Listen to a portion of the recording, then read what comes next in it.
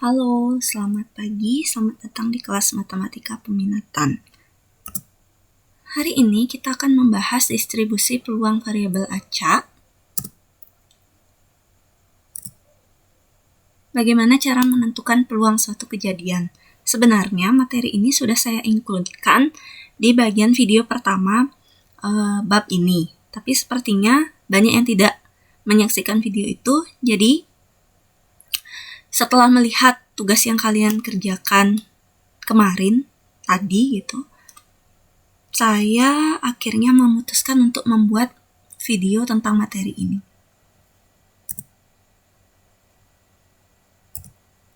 Oke. Jadi kegiatan melambungkan atau pengetosan sekeping uang logam atau dadu itu namanya percobaan. Jadi kalau ketemu dia kegiatan mengetos suatu dadu, mengambil uang logam, mengambil bola, kelereng dari suatu kotak, itu namanya percobaan. Kemudian semua kemungkinan hasil percobaan itu namanya ruang sampel. Sementara anggota dari ruang sampel itu namanya titik sampel.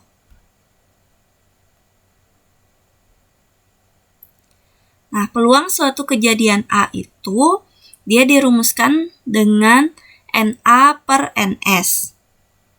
Dengan PA itu adalah peluang suatu kejadian A, NA itu banyaknya anggota kejadian A, NB itu adalah banyaknya anggota ruang sampel. Jadi ini rumus baku banget untuk mencari peluang suatu kejadian. Ini rumusnya. Nah, nilai peluang ini terbatas dari 0 sampai 1. Jadi tidak ada peluang yang negatif atau peluang yang lebih dari 1. Kalau dia PA-nya sama dengan 1, maka kejadian A itu adalah suatu kejadian yang pasti terjadi. Jika PA sama dengan 0, maka kejadian A adalah suatu kejadian yang mustahil terjadi. Oke, PA sama dengan 1 itu contohnya adalah kejadian yang pasti terjadi adalah hari Minggu yang akan datang tanggal 18 Oktober 2020. Itu adalah contoh kejadian yang pasti terjadi. Contoh suatu kejadian yang mustahil terjadi adalah peluang, contohnya adalah bilangan genap selain 2 yang merupakan bilangan prima. Itu adalah contoh dari suatu kejadian yang mustahil terjadi. Jadi tidak ada bilangan prima yang genap selain 2. Oke, ini contoh-contoh dari mencari peluang. Yang pertama itu ada sebuah dadu dilambungkan 1 kali. Peluang munculnya bilangan genap adalah, jadi semestanya atau ruang sampelnya, jadi dadu itu bermata 6. Kalau kita berikan mata dadunya angka, itu dia berarti dari 1, 2, 3, 4, 5, dan 6. Maka banyaknya anggota ruang sampelnya ada 6. A itu adalah kejadian munculnya bilangan genap. Bilangan genap itu adalah 2, 4, 6. Jadi banyaknya anggota kejadian A adalah 3. Maka PA adalah, dia rumusnya NA per NS. NA-nya tadi dapat 3, NS-nya 6. Jadi peluang munculnya bilangan genap itu adalah setengah. Kemudian soal yang kedua, 2 buah dadu dilambungkan bersama-sama. Peluang munculnya mata dadu berjumlah sama dengan 10 adalah, oke, jadi ini opsional, kalian boleh buat tabel seperti ini atau enggak. Kalian boleh langsung mendaftar mata dadu yang jumlahnya 10 itu ada berapa aja, kan 4,6, 5,5, dan 6,4. Jadi NS-nya itu 36. 36 diperoleh dari, nih, hitung dia, 1, 2, 3, 4, 5, 6, sampai sini. Kan totalnya ada 36. Nah, A itu adalah pasangan mata dadu yang berjumlah 10. Yang berjumlah 10 adalah 4,6, 5,5, 6,4. Jadi kalau kalian nggak mau bikin tabel ini, langsung mendaftar kayak gini aja boleh. Maka NA-nya 3. Jadi peluang suatu kejadian A-nya itu adalah NA-nya 3, NS-nya 6. Jadi peluang munculnya mata dadu berjumlah sama dengan 10 adalah 1/12. Oke, 2 keping uang logam dilambungkan bersama-sama 1 kali. Peluang munculnya kejadian 1 angka dan 1 gambar adalah, oke, ini 2 keping uang logam gitu ya. Ini K1-nya, uang logam itu sisinya sisinya itu adalah sisi angka atau sisi gambar. A itu untuk angka, G itu untuk gambar.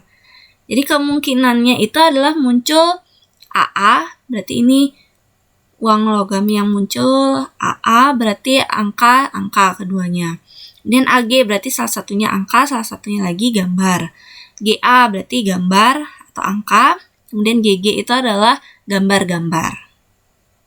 Itu kemungkinannya, maka kalian akan peroleh NS-nya adalah 4, kemudian ditanya kejadian munculnya 1 angka dan 1 gambar.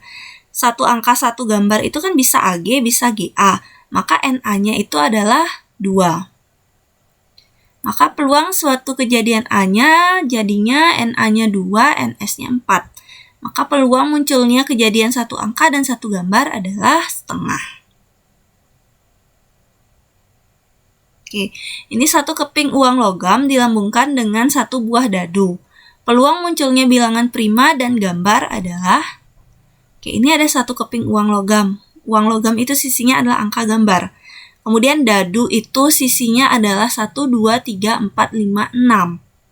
Oke, kita pasang-pasangkan, kita peroleh 1 bisa dengan angka atau 1 dengan gambar, 2 dengan angka, 3 dengan gambar, begitu juga sampai dengan 6 bisa angka, bisa gambar.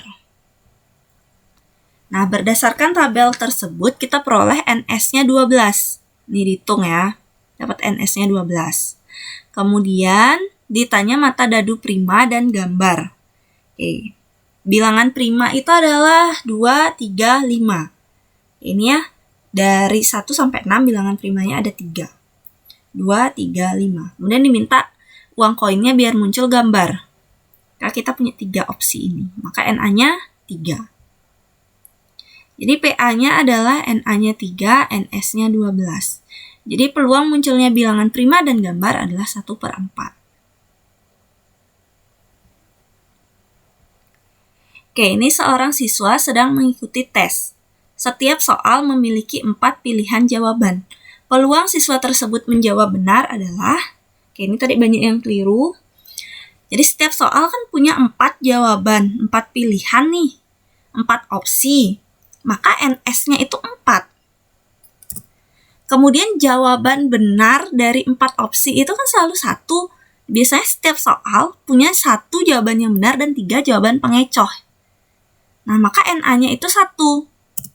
Maka peluangnya adalah NA per NS. NA-nya 1, karena jawaban benar cuma ada 1, dan NS-nya ada 4. Karena ada 1 yang benar, karena di sini juga udah dibilang, setiap soal memiliki 4 pilihan jawaban. Jadi NS-nya itu 4 dari sini kata kuncinya.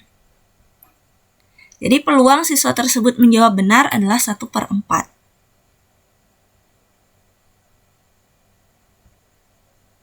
Oke, sebuah kantung berisi 6 bola.